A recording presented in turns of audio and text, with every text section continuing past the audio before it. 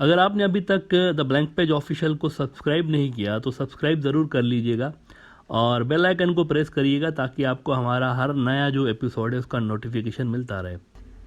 कल वो जो हमने यूक्रेन की जंग का मजहबी पहलू डिस्कस किया था ब्रॉडर व्यू के अंदर के रूस के पत्रियार्क्स ने पुतिन की हिमायत की और फिर जवाब में पोप ने इस जंग पर बयान दिया था कि रशिया ने एग्रेशन किया है। और फिर मैंने कहा था कि अब अगर पोप ये कह दें कि इस एग्रेशन को रोकना फ़र्ज़ है सबके ऊपर, तो फिर लाखों कैथोलिक वॉलंटियर्स जो हैं अमेरिका को मिल सकते हैं रूस के खिलाफ लड़ने के लिए।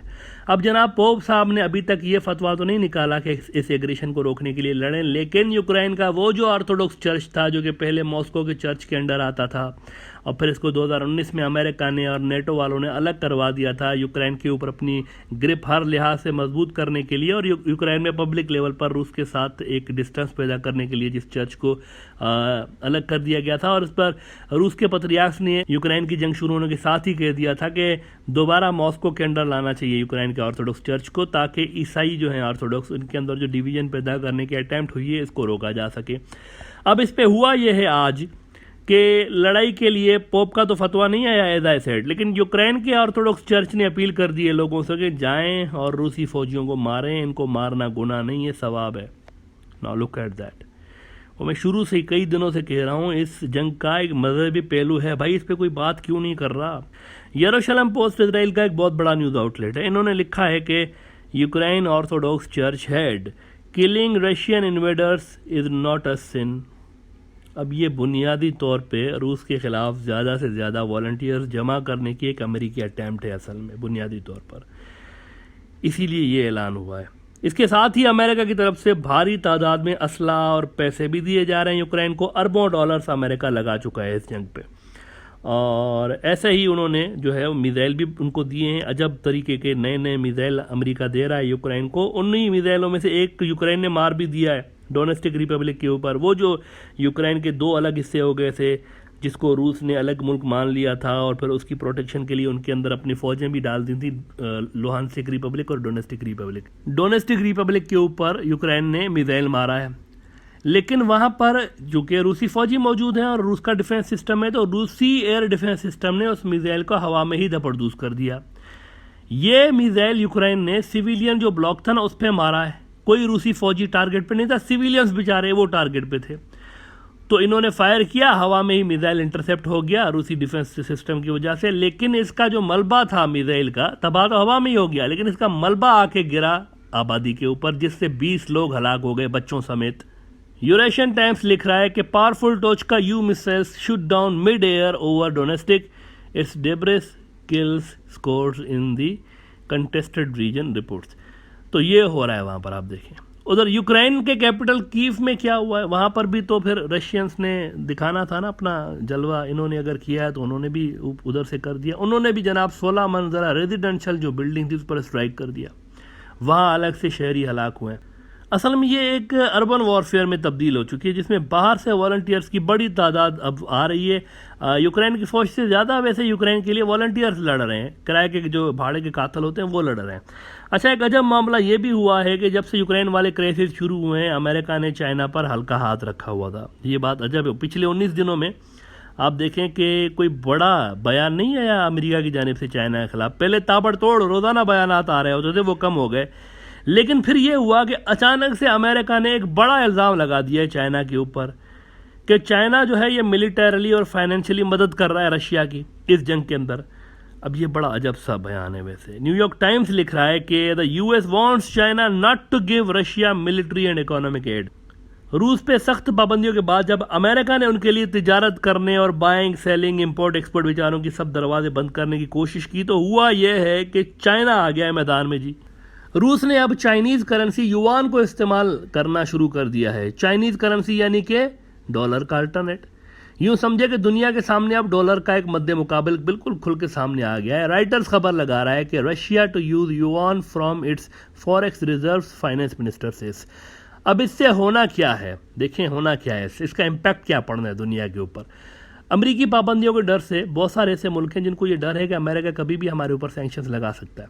तो अमरीकी पाबंदियों के डर से बहुत सारे मुल्कों ने अपने फॉरेन रिजर्व्स यूएस डॉलर से हटा के बड़ी हद तक युआन पे लाने हैं। तो इससे वो जो डी डॉलराइजेशन का अमल है दुनिया के अंदर, जो कि रशिया और चाइना करना चाह रहे हैं कि दुनिया के ऊपर डॉलर की बजाय उनकी करेंसीज का राज हो, वो ज़्यादा तेज़ हो जाएंगे अटैम्प्ट्स। इस वक्त अमेरिकी पाबंदियों की वजह से रूस के लिए बड़ी मुश्किलातें हैं, इसमें कोई शक नहीं है कि मैं अगर कहूँ कि कोई मुश्किल नहीं, बिल्कुल मुश्किलातें उनके लिए बहुत ज़्यादा हैं, लेकिन काम जारी है, फिर भी बिजनेसेस वहाँ पर जारी हैं। आलमी तजारत रूस जो है ना अभी अब बड़ी हद तक युआन में करने लगा है। अच्छा, चाइना रेडी है, बिल्कुल चाइना रेडी है, चाइना के लिए कोई मसला नहीं, वो कहते हैं नो प्रॉब्लम, हमारे लिए तो कोई मसला नहीं, बल्कि उनका तो फ़ायदा हो गया है। अमेरिका ने अपनी सेंसलेस पॉलिसीज़ के कारण रूस को चाइना के मज़ीद करीब कर दिया है। उधर भी पता नहीं कोई डीप स्टेट के अंदर, अमेरिका के डीप स्टेट के अंदर पता नहीं कोई चाय बनाने वाला घुस गया है, क्या हो गया खुदा जाने, 56 इंच वाला कोई घुस गया है।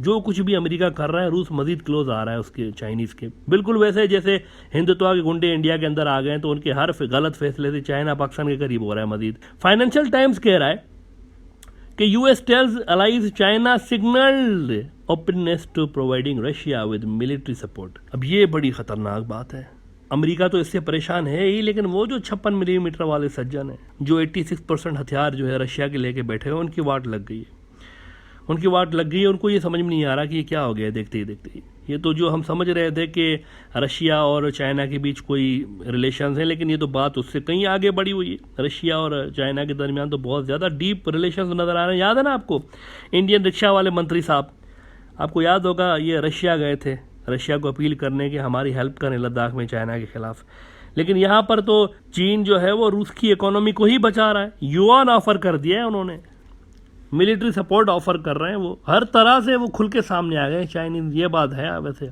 चाइनीज़ की, चाइनीज़ अगर दोस्ती पे आते हैं तो एक पाकिस्तानी कहते हैं ना, हिमालय से ऊंची है तो समंदरों से गहरी है, वैसे ही नहीं कहते।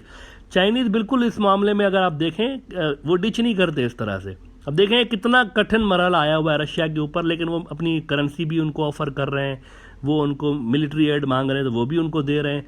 चाइनीज़ बिल्कुल खुल के सपोर्ट कर रहे हैं। अब इससे ज़रा आप एक चीज़ का अंदाज़ा लगाएं कि अगर रशियंस के साथ इतना ज़्यादा क्लोज है चाइना, तो आपको क्या लगता है कि चाइना से लड़ने के लिए रूस इंडिया को हथियार देगा? ये जो इंडिया के अंदर सोच है कि हमें रशिया के साथ जो है ना दोस्ती बना के रखनी चाहिए, क्योंकि हमारी जो पूरी मिलिट्री है वो इस पर डिपेंड करती है रशियंस पे, 86% हमारे हथियार रशियंस हैं। आपको लगता है कि जब भी जंग होगी चाइना की और इंडिया की, या फिर पाकिस्तान के साथ जब इनकी होगी, तो रशिया इनको हथियार देगा? Do you really think so? 86% हथियार हैं इंडिया की इन्वेंट्री में, रशियन मेड हथियार हैं 86%, इनका फिर सप्लाई आनी होगी। अब जाहिर है रूसी हथियारों में अमरीकी पुर्जे तो नहीं लगेंगे ना, रूसी हथियारों में तो रूसी पुर्जे लगेंगे, स्पेयर पार्ट्स का मिलना बड़ा मसला हो जाएगा जंग के दिनों में। तो ये बड़ा एक इंडिया के लिए मुश्किल मरहला पैदा हो गया। चंद रोज़ पहले जो मिसाइल मारा था पाकिस्तान की तरफ खाली, वो भी रशिया की ताउन से बना हुआ ब्राह्मोस मिसाइल था, उसका इंजन रशिया बनाता है। अच्छा, आई टोल्ड यू कि अमेरिका की मर्जी के बिना इंडिया इस किस्म की हरकतें करता नहीं है। उन्होंने ये मिसाइल, खाली मिसाइल जानबूझ के मारा है। I am not buying this theory कि वो एक्सीडेंटल था, वो जानबूझ के मारा गया था और उसके कई मकासद थे। एक और भी अजब सी चीज़ आपको बता दूं कि ये जो फ्लाइट पाथ था ना इस मिसाइल का, चार फ्लाइट्स थी वहाँ पर, उस फ्लाइट पाथ पे जहाँ से ये मिसाइल आया है, 4 फ्लाइट्स थी। अगर पाकिस्तान स्ट्राइक बैक करता, उस मिसाइल को हिट करने की कोशिश करता, तो हो सकता है कि उन 4 कमर्शियल सिविलियंस की जो फ्लाइट्स हैं, जहाज़ जो आम जहाज़ जा रहे होते हैं, उनमें से किसी एक को हिट हो भी सकता था। 2 उसमें इंडियन जहाज़ थे। यानी ये इस किस्म की ढीठ वहाँ पर एक चीज लोग आ गए हैं कि अपने ही लोगों की सिक्योरिटी की परवाह नहीं है, अपने ही लोगों का जहाज़ उड़वाने के लिए अटेम्प्ट कर रहे थे कि पाकिस्तान मारे तो इनके ऊपर मलबा डालें हम और आलमी पाबंदियाँ लगें और प्रेशर डाल सकें। 4 फ्लाइट्स थी उस रूट पे, सेम फ्लाइट पाथ। वो जो कह रहे थे ना पाकिस्तान 3 मिनट तक क्यों देख रहा था इसको, एक सवाल उठ रहा था ना, मतलब 3 मिनट और कुछ सेकंड तक ये था हवा में, before it was struck down, और जो गिरा है जो कुछ भी है, तो सवाल उठाया जा रहा था कि पाकिस्तान उसको हिट क्यों नहीं कर रहा था। इसीलिए नहीं कर रहा था, 4 उस पर कमर्शियल फ्लाइट्स जा रही थी। बिल्कुल पॉसिबल चांस था कि इसको अगर पाकिस्तान हिट करता, क्योंकि उसी सेम फ्लाइट पाथ पे था ना, तो उसको लग सकता था, इंडियन जहाज़ों को लग सकता था। इंडिया के लोगों को पाकिस्तान बचा रहा है। अब आप देखें, हिंदुत्व की सरकार तो चाह रही थी कि इसको हिट करें, लेकिन उन्होंने नहीं किया। तो ये एक बहुत ही कह सकते हैं ना कि मैच्योर किस्म का रिस्पॉन्स पाकिस्तान की जानिब से सामने आया है। लेकिन वो जो मैं बात कर रहा था कि शुरू में ही मैंने आपको बताया था कि अमेरिका की मर्जी के बिना इंडिया नहीं करता इस किस्म, क्योंकि आखिर में उन्होंने, उनकी इंश्योरेंस पॉलिसी है अमेरिका, उन्होंने फिर पायलट छुड़ाने होते हैं और सब कुछ उन्होंने करना होता है बाद में, और डिफ्यूज़ टेंशन कराने के लिए भी अमेरिका यूज़ होता है हमेशा। तो मैंने कहा था कि खामोश अमेरिका की हिमायत जारी होगी उनको कुछ वार्निंग देने के लिए पाकिस्तानियों को, तो खाली मिसाइल उन्होंने करवाया होगा। प्रॉपर जंग तो वो नहीं चाहेंगे क्योंकि वो कंटेनमेंट ऑफ चाइना से ड्रैग हो जाएंगे।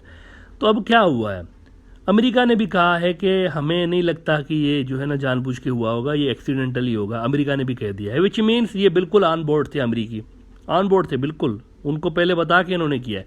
लेकिन पाकिस्तान ने इस बहाने को रिजेक्ट कर दिया है कि ये एक्सीडेंट था, मिसाइल जो चलाया गया है, उन्होंने रिजेक्ट कर दिया और चाइना ने भी इसको रिजेक्ट कर दिया है। साथ ही चाइना का सरकारी मीडिया ग्लोबल टाइम्स कह रहा है कि India the accidental missile fire into Pakistan raises questions concerns.